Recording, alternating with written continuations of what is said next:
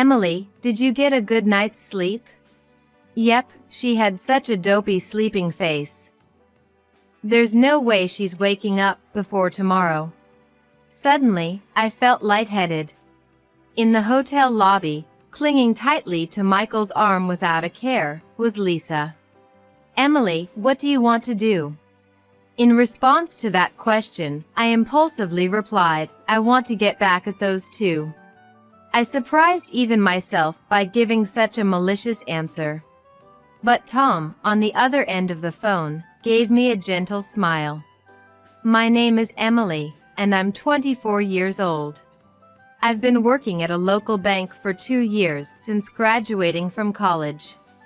I've always been more reserved than others since I was a child, and often was told I'm stubborn.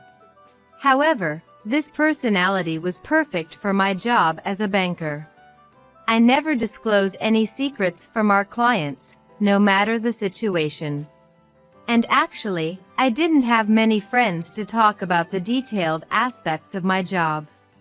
Even when my family would ask me to share a little bit about it, I would always keep my mouth shut. After all, my relationship with my family was never that great to begin with. I was what you often call a latchkey kid, spending a lot of time alone from elementary school, in the evenings and nights.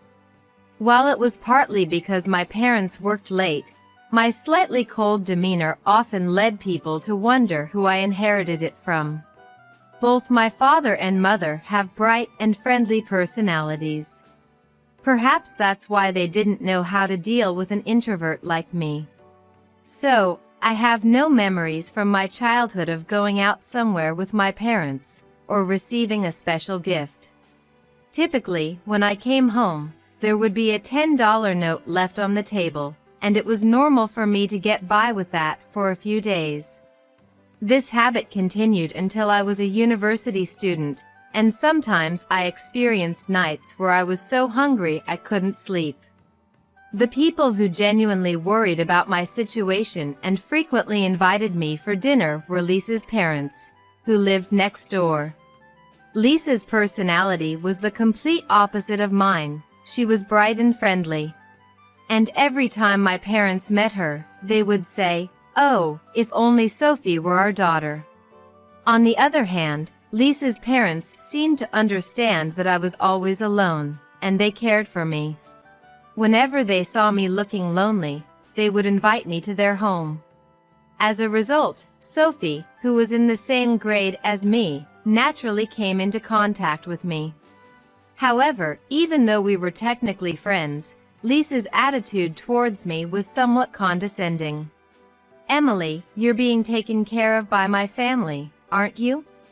Lisa often said this because her father was the head of a major advertising company, implying she was a typical rich girl, which influenced her behavior. Lisa, flaunting her wealth, would often say to me behind her parents' back, "Emily's house is kind of poor, isn't it?"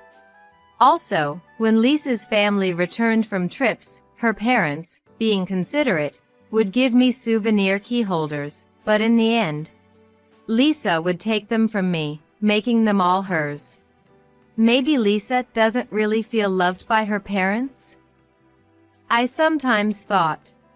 Since I, too, lived a life where I didn't feel much attention or love from my family, I feel like I understand Lisa's feelings a bit. Indeed, Lisa's parents did love her deeply, but perhaps Sophie herself did not feel that way. Considering Lisa's feelings, I couldn't resist her words and actions very much. Some time passed, and one day, suddenly, there was talk of me getting married. It was an unexpected event even for myself.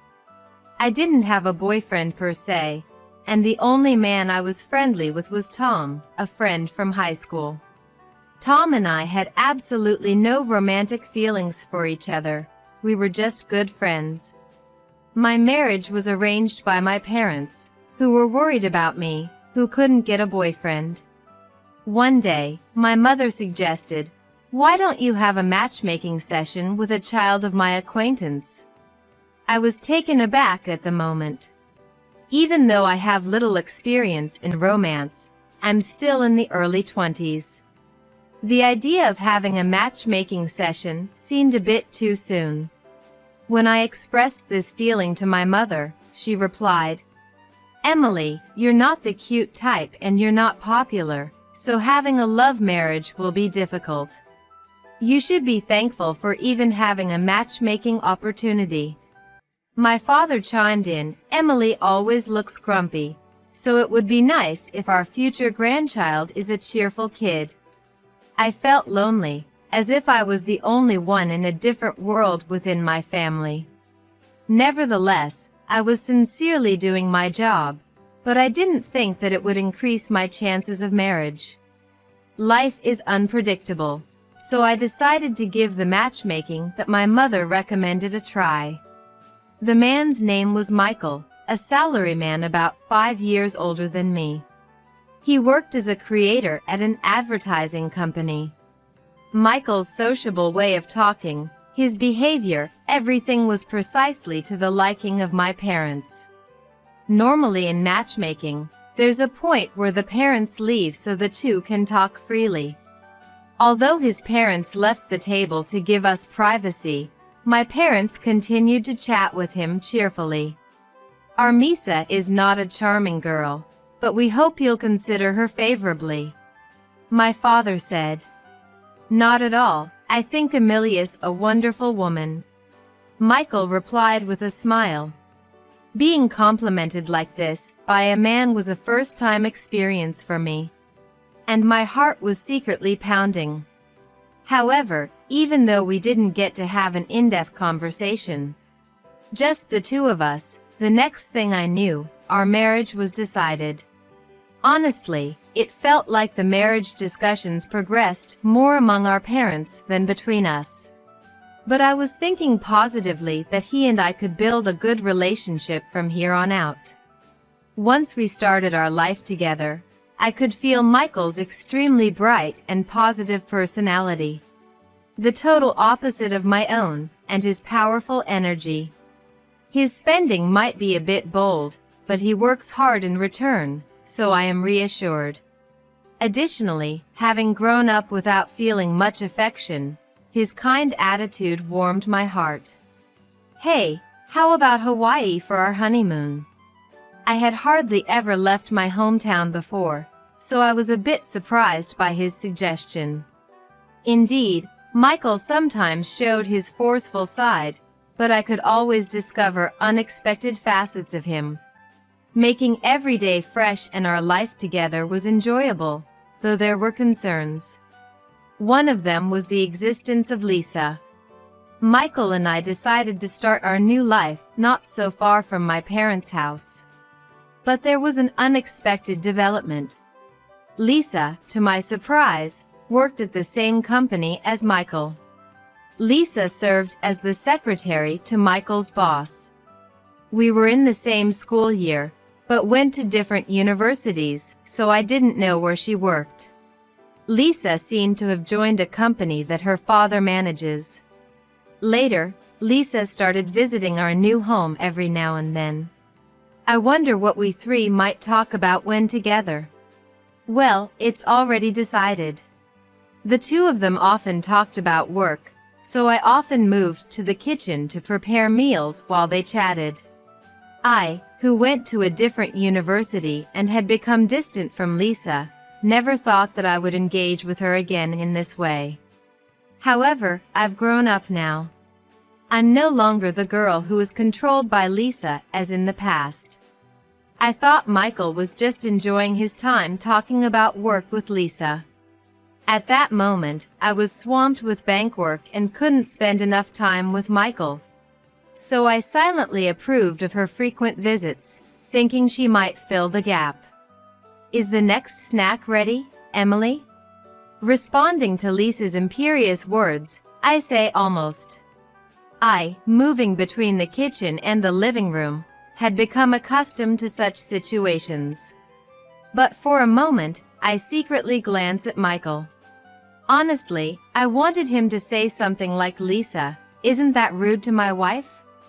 However, Michael, reaching for the snacks, expresses his thanks by saying, "This is delicious," and immediately continues to chat happily with Lisa. Our situation was such in the early days of our marriage, but we plan to go on a slightly belated honeymoon next week. If I can have time alone with Michael, we might get along better. My chest swelled with expectations, but I never thought that I would be betrayed. Our honeymoon in Hawaii was truly like a dream. The contrast between the clear blue sky and the sea was like a painting. I felt I could stare at it for hours without getting bored. In the midst of it, Michael enjoyed snorkeling and jet skiing in the sea. And I watched him from under the parasol, thinking, "Ah, that man is my husband," with a contented feeling. Certainly, spending time just the two of us helped deepen our relationship. We were able to enjoy delicious food together and have deep conversations in our hotel room. I was able to see unexpected sides of Michael and understand him more deeply. Indeed, there were differences in our thinking, but they were accepted as elements that enriched our relationship. However, a happening completely changed such a happy time. I never thought something like this would happen during our honeymoon. But it occurred on the third night. "Shall we go back for today?" Michael suggested, and we returned to the hotel a bit early. Usually, making tea was my role, but Michael said, "Leave it to me today," and made tea with the hotel's pot. Even though it was bagged tea, it was rare for him to make it, and I felt the deepening of our relationship. As I accepted the tea feeling such small happiness, I somehow noticed the taste was strange. With each sip, there definitely was an odd flavor. When I involuntarily peered into the cup, something white was settling at the bottom. I praised myself internally for not drinking it all. "Emily, are you okay?"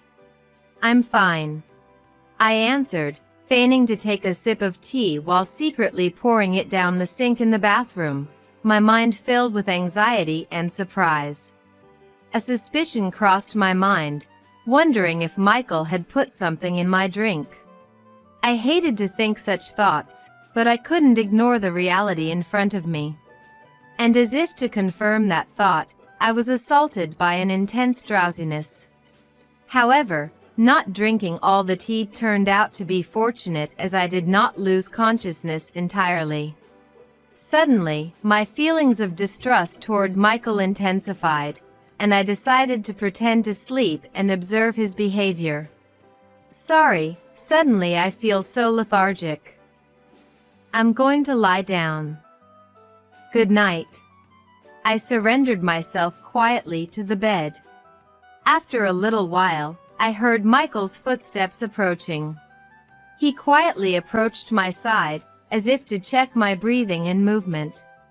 I continued to pretend to be asleep with all my might. Then, I sensed Michael moving. He walked quietly around the room, eventually moving towards the door, and went outside. I confirmed the fading of his footsteps and quickly rose from the bed. There probably was a sleeping pill in that tea. After Michael put me to sleep, he was clearly intending to do something. I didn't understand the intention or objective behind his action, but I intuited a high possibility that he was planning something bad. Then, a name suddenly surfaced in my mind: Lisa. I hadn't confirmed their relationship yet, but for some reason, her face came to mind. Whether there was a connection or it was just a misunderstanding, I didn't know yet. Sometimes, I sensed a peculiar tension and a special atmosphere between Michael and Lisa. I ignored it, thinking it was just my imagination, but a question was sprouting in the depths of my heart. It's a bit unbelievable that Lisa is also in Hawaii. But if that's the case, what on earth is Michael thinking? Confused, I hurried towards the lobby. When I asked the hotel staff about Michael's destination, I was told he took a taxi to another hotel. Please hurry. Are you okay, ma'am? Is there some kind of trouble? Despite my not answering, the taxi driver, perhaps sensing my haste, smoothly drove off. Thanks to that, we quickly reached the hotel. Please wait a bit, I'll be right back. The driver nodded, and I hurried to the hotel lobby. It was a bit more modest, but a more tranquil hotel than the one we were staying at. I'm later than Michael, but maybe he's still in the lobby. Anxiety raced through my mind when suddenly, I heard a voice. Hey Michael, I've been waiting. What were you doing? Sorry, I got a bit held up. Is Emily sound asleep? Yeah, she had such a dumb sleeping face. She'll definitely be out till tomorrow. A sudden shock coursed through me upon hearing their voices. There, in the hotel lobby, tightly clinging to Michael's arm without a care in the world, was Lisa. In a panic, I launched my phone's camera app and began to take pictures of the two. Astonishingly, they even shared a kiss right there, a moment which I also captured. I followed them quietly as they headed to the front desk. Then, I nonchalantly took a seat near the front, turning on my phone's voice recorder. Reservation for two. Michael and Lisa, correct? Yes, that's right. Are you traveling as a couple? Yes, we are. How did it come to this? My phone recorded the conversation as I forced a bitter smile, feeling somewhat resigned. Lisa, what the hell? They're saying they're married. Michael is sweetly embracing Lisa by the shoulder. I firmly captured them, hand in hand, heading to their hotel room in a photo, then returned to the waiting taxi. The driver, seeing my tears, restarted the car without a word and took me back to my hotel. He must have noticed that something serious had happened from my tears. But these were not simply tears of sorrow. I had been constantly mocked by Lisa, and to add insult to injury, she took away everything I held dear. Even when I thought I was finally free from her, it's unbearable to see her trying to take my husband into her hands. Just recalling the image of Michael putting his arm around Lisa makes me feel sick. I have no feelings left for that man anymore. Even if my parents will be saddened by this, it has nothing to do with me now. I certainly plan to give them a piece of my mind. But what should be my first move? I returned to my hotel room and pondered for a while, but my mind is still in chaos, and I can't come up with anything. As my mind went blank, the vibration of my cell phone brought me back to reality. Looking at the screen, it was a message from Tom, my old friend. Enjoying the honeymoon? Receiving this message, my chest tightened further and tears welled up. Tom and I slowly built our friendship after being in the same committee during high school. While seeing Lisa's attitude led my friends to gradually distance themselves from me. Only Tom continued to interact with me unchanged, without minding the bad-mouthing and backbiting from Lisa. In college, we happened to spend time on the same campus, and our friendship deepened further. We experienced various things together and shared each other's troubles. Especially, I often couldn't confide in anyone but Tom about things related to Lisa. Receiving a message from him, I instinctively called, and the moment the call connected, I sought help, my voice trembling. What should I do? Are you okay? What happened? Did something happen with your husband? Tom, surprised by my sudden call, responded compassionately. His usual gentle voice made me feel reassured, and I began to detail everything that had happened. Tom listened quietly, seeming momentarily uncertain how to respond. I myself can barely believe the situation I'm currently experiencing. Lisa. I can't believe she'd go so far. Tom had always disliked Lisa's backbiting and spiteful comments, listening sympathetically whenever I spoke about them. It's unbelievable, isn't it? I'm shocked too. But this is the reality. What do you think I should do? Emily, what do you want to do? To that question, I impulsively answered, I want to get back at those two. I was even surprised at myself for responding so negatively. But Tomo gently laughed on the other end of the line. Actually, I was thinking the same thing. Can I help you out? How about coming back to America first? Once you've calmed down a bit, maybe decide what you want to do? Encouraged by his words, I nodded. As I started to pack, something unexpected appeared before me, Michael's wallet that he especially cherished. I remembered him saying that he separated his wallets into one for valuable items and another for everyday use during overseas trips. This was clearly the valuable wallet. Feeling a slight joy inside, I put the wallet in my bag. I also neatly organized his luggage. I'll call you again when I get back to America. With heartfelt gratitude for Tom's words, I said, thank you. Certainly, I'm not very sociable and am a bit stiff in my demeanor. But that's no reason to be treated so horribly. I will definitely make them regret this, I vowed to myself, quickly packed for the two of us, and left the hotel. After securing my suitcase with a lock, I, along with my carry-on, headed to the airport. I checked the suitcase at the airport's luggage facility and, taking only my bag, boarded the plane.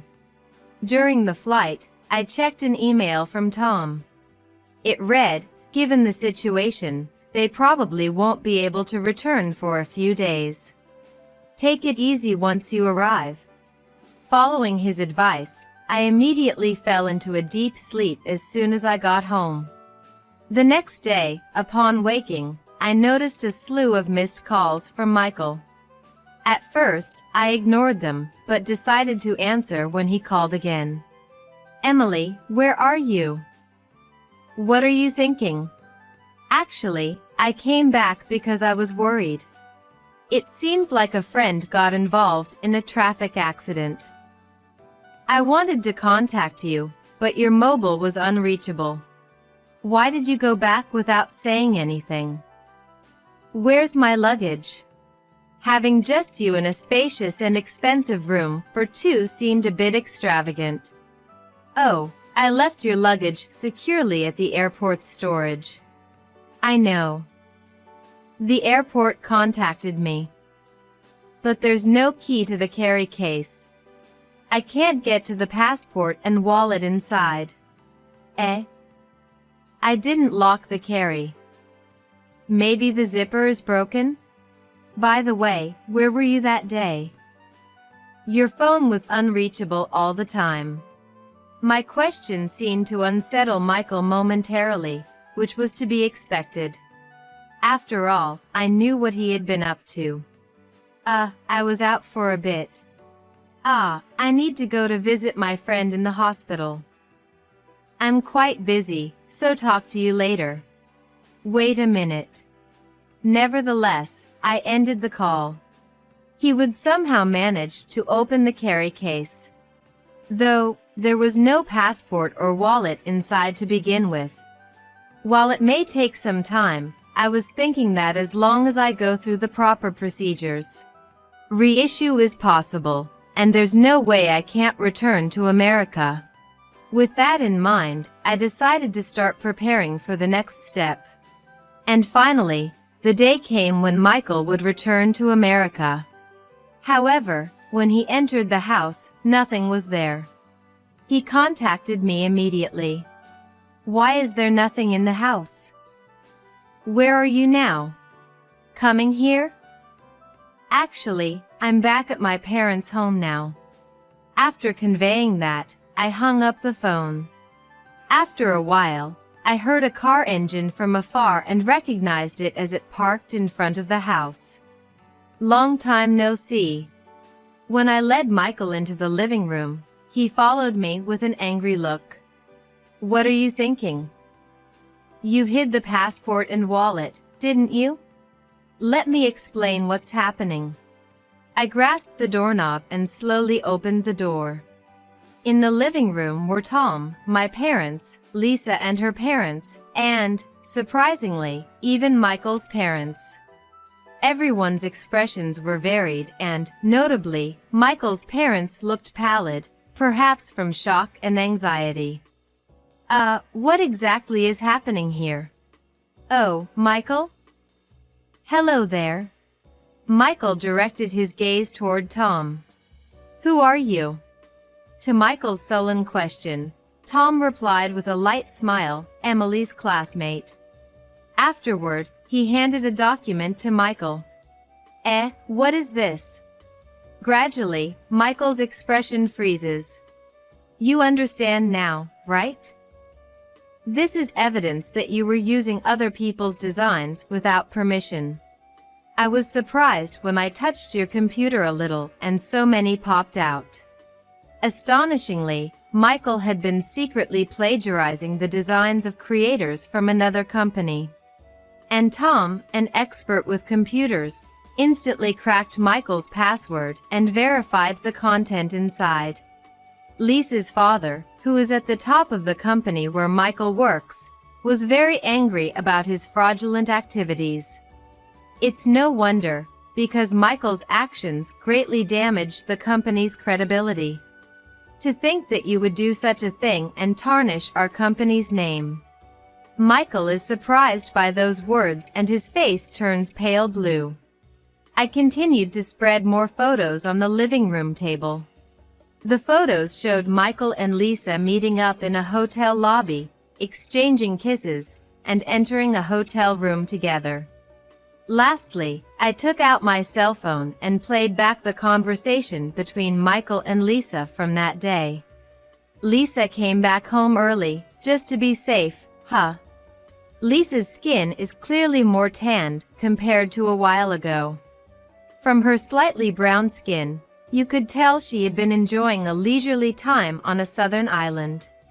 She turned her face away with a sullen attitude as if she knew nothing. Michael, why did you do such a thing? Michael's father seems to have reached the limit of his patience, speaking with a trembling voice. Next to him, Michael's mother is staring at her son's face with an expression of surprise and disbelief, as if she were witnessing a nightmare. Lisa, what is the meaning of this? Now it was Lisa's mother who yelled at her daughter. On the other hand, Lisa, engrossed in her smartphone screen, ignoring the mood of the situation, finally seemed to notice our voices. However, there were no signs of remorse on her face. In fact, she wore a defiant look, as if she wanted to say, "What did I do wrong?" But it doesn't matter. It's Emily's fault for not being cool and for having a poor upbringing. Michael was the one who invited me. Why am I the only one getting scolded? What a disrespectful attitude. Honestly, I am utterly appalled by such a brazen demeanor. Amidst this, my parents joined the conversation. Both of them were calm, and they didn't seem particularly angry. Young people sometimes make careless mistakes, and Michael might be one of them. After all, Lisa is charming. She comes from a good family too. Yes, really.